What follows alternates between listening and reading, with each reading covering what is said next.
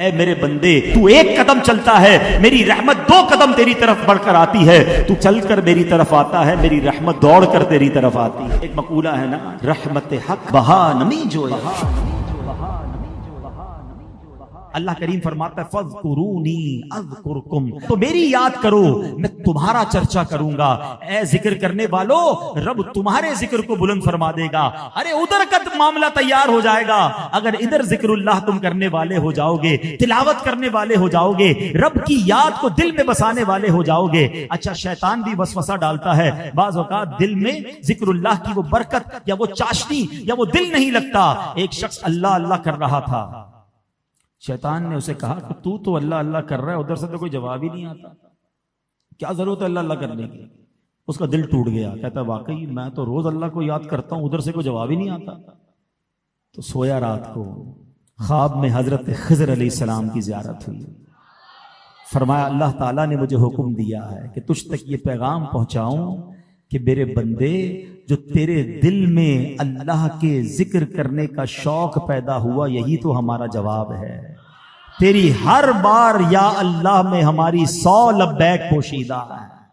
تو یہ جو ذکر کرنے کا موقع، دعا کرنے کا موقع، تلاوت کرنے کا جو موقع ملا ہے نا، کس نے دیا ہے؟ وَلَا حَوْلَ وَلَا قُوَّةَ إِلَّا بِاللَّهِ الْعَلِيِّ الْعَظِيمِ۔ ارے اللہ کی توفیق کے بغیر کوئی کچھ نہیں کر سکتا۔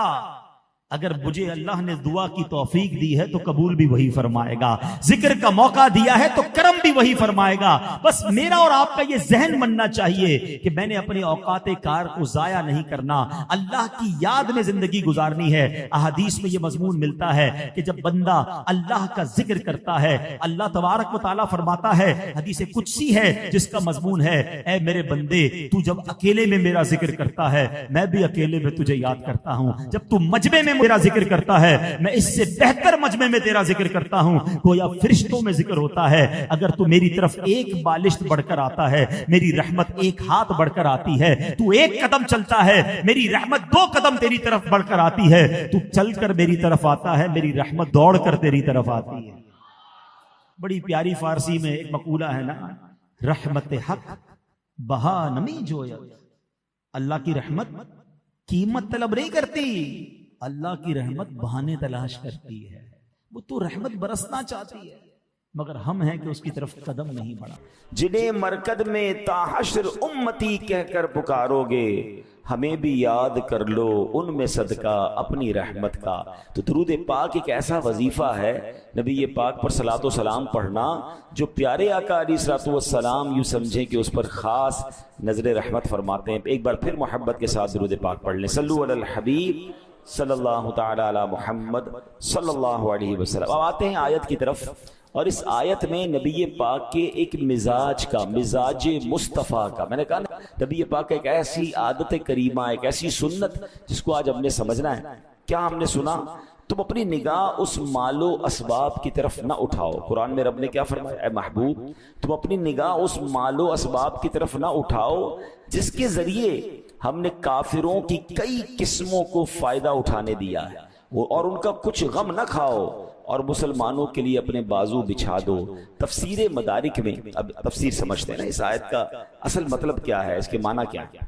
یعنی یہ فرمایا رب نے کہ اے انبیاء کے سردار صلی اللہ تعالی علیہ وسلم، ہم نے آپ کو ایسی نعمتیں عطا فرمائی ہیں جن کے سامنے دنیا کی نعمتیں کچھ بھی نہیں ہیں، تو آپ دنیا کے مال و متاع سے بے پرواہ رہیں، دنیا کے مال و اسباب کی طرف آپ توجہ نہ فرمائیں، بلکہ اللہ نے آپ کو بڑی شانیں اور بڑی مہربانی عطا فرمائی ہیں۔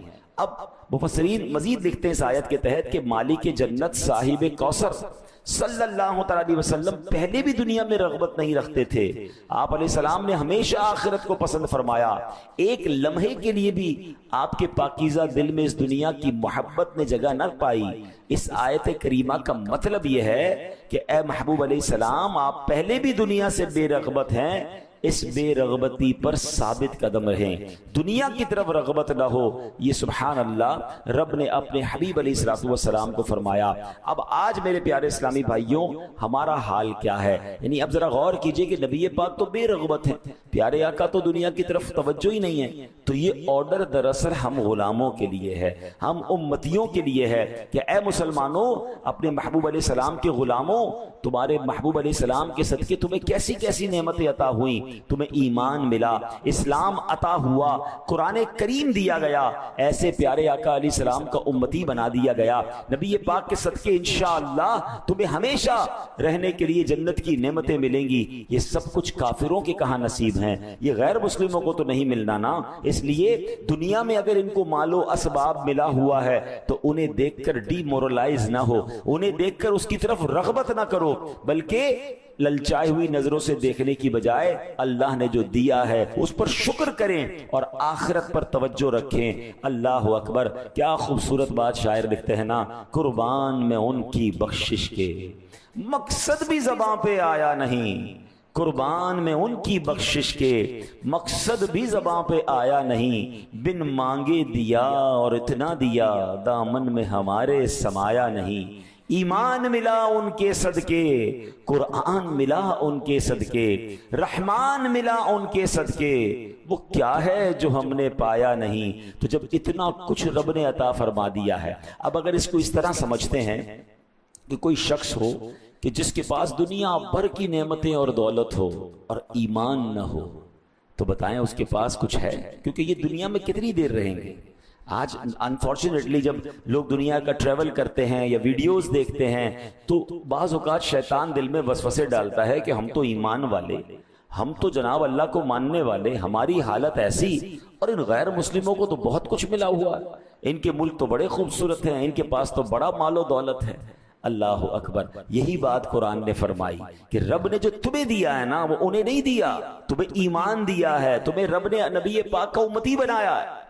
اچھا اگر کمپیریزن کریں، آپ کو کوئی شخص کہے کہ بھائی آپ کو ایک سال لگزری طریقے سے ہم جو ہے نا وہ مزیدار طریقے سے رکھیں گے اور اس کے بعد 50 سال آپ کو جیل میں رکھیں گے، تو آپ مان لیں گے اس کو کہ یار ایک سال، چلو ایک سال تو مزے کر لوں، پھر 50 سال بے شک کوڑے پڑتے رہیں، بے شک جیل میں رہوں، اور ایک بندہ آپ کے سامنے وہ قبول کر لے کہ ٹھیک ہے میں ایک سال مزے میں رہوں گا، تو آپ اس کو دیکھ کر رشک کریں گے یا پاگل کہیں گے اس کو؟ یہ کیسا عجیب آدمی ہے یار، ایک سال بعد جیل ہے بھائی، اور 50 سال کی جیل ہے، ایک سال کے مقابلے میں 50 سال مار پڑنی ہے، اس سے بہتر ہے 51 سال نارملی گزار لو نا، ایسا ایک سال کا عیش کیا کرنا ہے؟ یہ میں نے اگزامپل کے طور پہ دیا ہے، اس کا کوئی کمپیریزن نہیں ہے۔ جو غیر مسلم ہے، جو ایمان والا نہیں ہے، جو رب کو نہیں مانتا، اگر اس سے دنیا میں کچھ نعمتیں مل بھی گئی ہیں تو کتنے عرصے کے لیے ملی ہیں؟ کتنا جئیں گے دنیا میں بتائیے نا؟ 50 سال، 60 سال، 70 سال، 100 سال، پھر تو جانا ہے نا۔ 100 سال کے مقابلے میں آخرت کی زندگی، اس کا کوئی کمپیریزن ہے؟ کیا 1000 سال ہے؟ نہیں۔ کیا 2000 سال؟ نہیں۔ جو جنت میں چلا گیا ایمان والا، قرآن کہتا ہے ہم فیہا خالدون، ہمیشہ ہمیشہ جنت میں رہے گا، موت نہیں آنی، قیامت کے بعد موت نہیں آنی۔ جو جنت میں گیا وہ ہمیشہ رہے گا، اور جو بے ایمان جہنم میں گیا، قرآن کہتا ہے ہم فیہا خالدون، نو لمٹ، ہمیشہ ہمیشہ جہنم میں رہے گا۔ اب بتاؤ ایمان والا فائدے میں ہے یا بے ایمان جس کے پاس بہت ساری دولت ہے وہ فائدے میں؟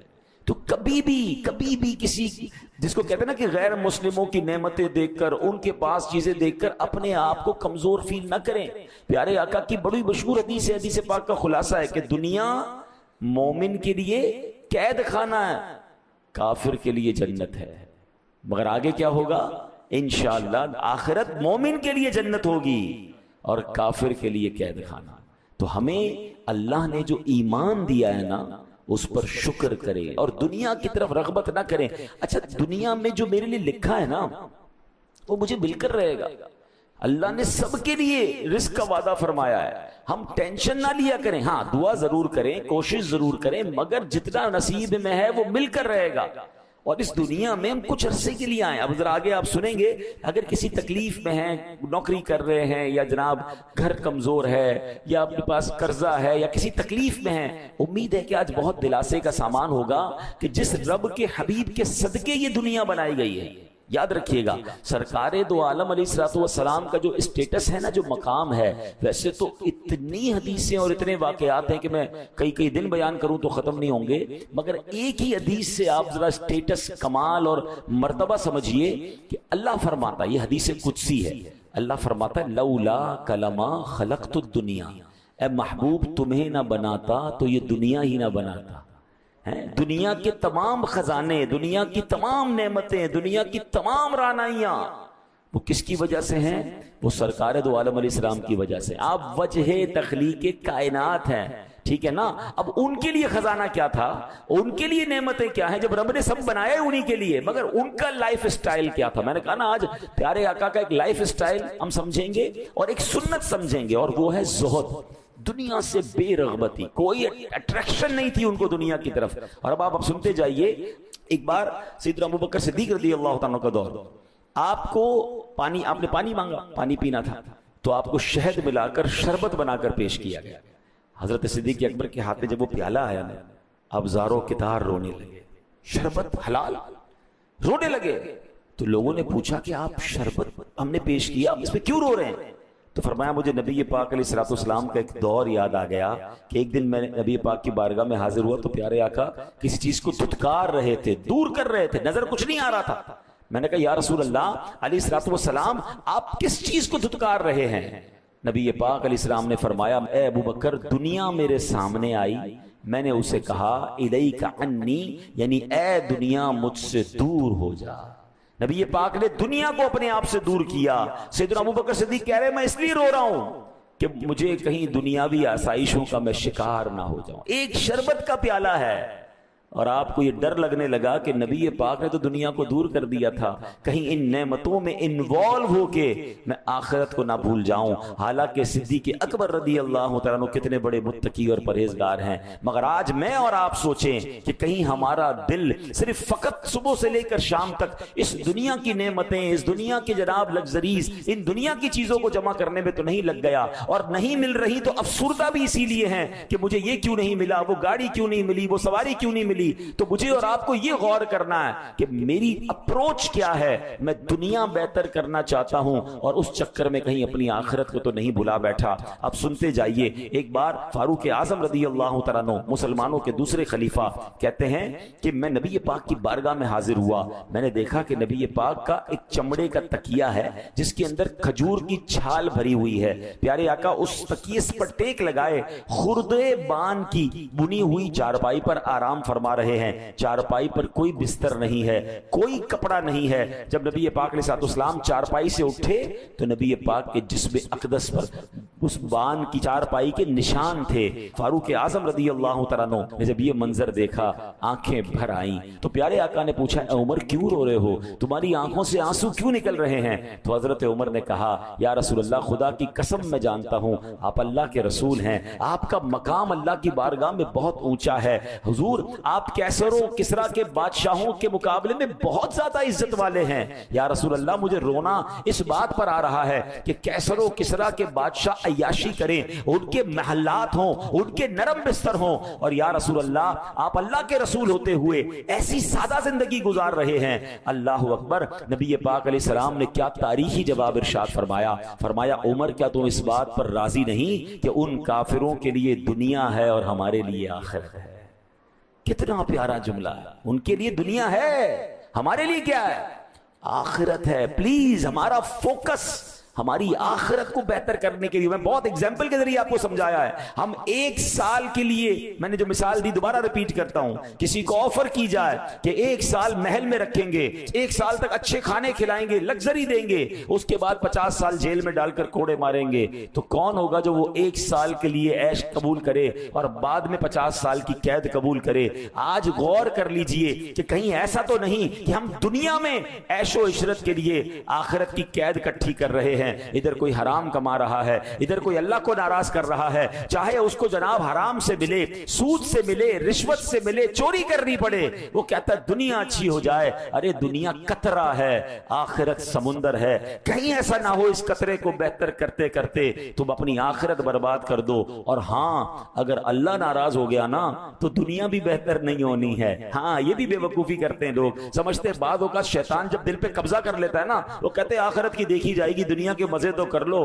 ارے جب دنیا کے مزے کے چکر میں رب کو ناراض کرو گے نا تو رب یہ دنیا بھی تمہاری برباد فرمائے گا, کیونکہ وہ دنیا اور آخرت کا رب ہے. ارے وہ راضی جس سے ہو گیا اس, یعنی اگر ہم اپنی زندگی کا ٹارگٹ ایک بنا لینا کہ ہم اللہ کو راضی کریں گے, دنیا کو بہتر کرنا کی فکر چھوڑ دیں, رب راضی ہو گیا, اس نے دنیا بھی اچھی کر دینی ہے, اس نے آخرت بھی اچھی کر دینی ہے. تو اے میرے پیارے اسلامی بھائیوں, نبی پاک علیہ الصلوۃ والسلام کا انداز کیسا تھا؟ شاعر لکھتے ہیں نا, سلام اس پر کہ جس نے بے کسوں کی دستگیری کی, سلام اس پر کہ جس نے بے کسوں کی دستگیری کی, سلام اس پر کہ جس نے بادشاہی میں فقیری کی. دیکھیں, ایک تو ہوتا ہی فقیر ہے, انسان کے پاس ہے ہی کچھ نہیں, بیچارہ پریشان ہے. ایک وہ جس کے پاس اختیار ہے.